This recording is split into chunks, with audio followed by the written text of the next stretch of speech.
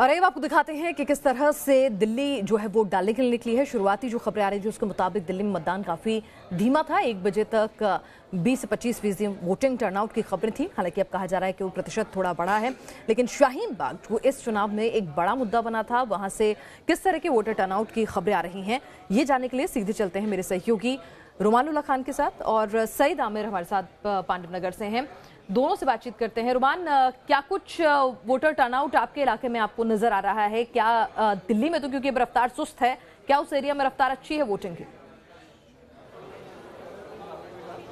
देखिए, बिल्कुल शाहीन बाग में सुबह से वोटिंग की रफ्तार काफ़ी तेज़ है और लोग काफ़ी ज़्यादा उत्साहित हैं। काफ़ी बड़ी संख्या में लोग वोटिंग करने के लिए आ रहे हैं। कुछ लोग हमारे साथ हैं कि आज शाहीन बाग में काफ़ी ज़्यादा वोटिंग हो रही है। किन मुद्दों के आधार पर वोट दिया जा रहा है? देखिए, यहाँ मुद्दा सिर्फ और सिर्फ विकास है और विकास के नाम पे यहाँ पे सारे लोग वोट दे रहे हैं और विकास ही इस बार जो है दिल्ली में फिर से सरकार बना रही है, ये बिल्कुल 100% तय है।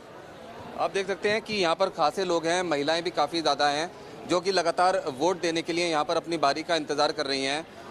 वोट देने के लिए आप आई हैं, क्या किस मुद्दे पर वोट दे रही हैं? किस मुद्दे पर?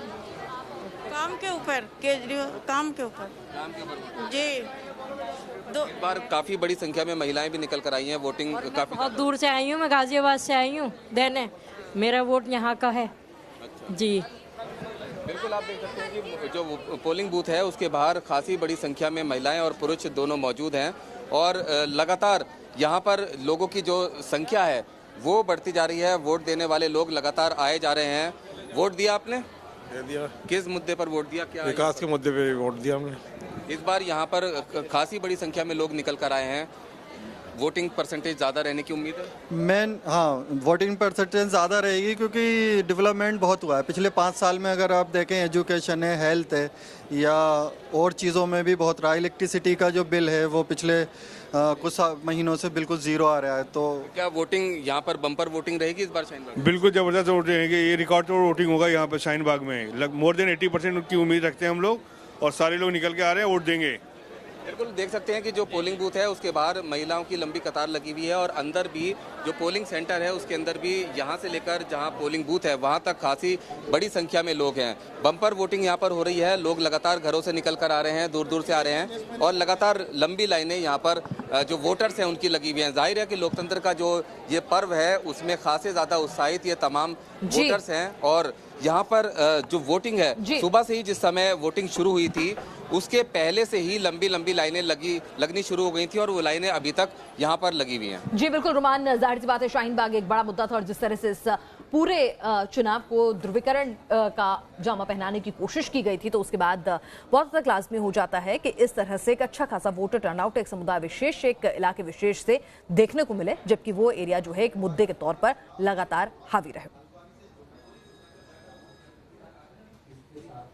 हमारे साथ हमारे संवाददाता सईद आमिर भी लगातार जुड़े हुए हैं। सईद, आपसे जानना चाहूंगी कि पांडव नगर में किस तरह का वोटर टर्नआउट जो है वो हो रहा है और लोगों के लिए मुद्दे अहम हैं या जो एक अंत तक आते आते इस चुनाव को धार्मिक रूप देने की जो कोशिश हुई थी वो कहीं ना कहीं हावी है लोगों के मन में? देखिए, दो कैंडिडेट, मैं त्रिकोणीय मुकाबला नहीं कहूंगा क्योंकि सुबह से मैं यहाँ पे हूँ। 2 कैंडिडेट के बीच में कड़ा मुकाबला है और लेकिन जिस तरह से तस्वीरें आप देख रहे हैं, हमारे पीछे पोलिंग स्टेशंस हैं और वहाँ पर जो तादाद है अब धीरे धीरे बढ़ने लगी। सुबह के वक्त थोड़ा सा नरमी थी, बहुत धीमे धीमे लोग आ रहे थे, लेकिन अब जो है संख्या धीरे धीरे बढ़ने लगी है। लोग घर से बाहर निकल रहे हैं, लेकिन हमारे साथ में बुजुर्ग वोटर हैं इस समय हमारे साथ में जिन्होंने वोट डाला है, अपना कास्ट किया है। सर, आपसे हम पार्टी का नाम नहीं पूछेंगे, लेकिन आपसे बस हम मुद्दे पूछेंगे। किन मुद्दों को क्या सोच करके आपने आज वोट दिया है? क्या हुआ, क्या नहीं हुआ? मैं देखिए, जिस आदमी ने दुनिया के स्तर पे हिंदुस्तान को बिठा दिया है, सारे मुद्दों को लेकर जितनी कमियां थी जो 70 साल में नहीं हो पाए थे, उन्होंने 5 साल में करके दिखाए हैं। इस मुद्दों को लेकर वोट दिया उनको। अच्छा मैम, आप बताइए, आपका क्या, आप क्या सोच? यही चला है, मेरी यही है उनकी है। आप अपने पति के साथ में? मैं अपने पति के साथ में हूँ। तो आप देख रहे हैं कि 2 बुजुर्ग वोटर जिनसे हमने बातचीत करने की कोशिश की, उनका कहना है कि विकास का जो मुद्दा है वो हमारे लिए काफी अहम होगा। सर, आप ये बताइए, अभी वोट डाल के आ रहे हैं क्या? हाँ, वोट डाल दिया। वोट डाल दिया आपने, तो क्या इश्यूज क्या रहे मुद्दे आपके? क्या सोच के वोट डाला? क्या सोच के वोट डाला? हाँ बताइए सर, बताइए।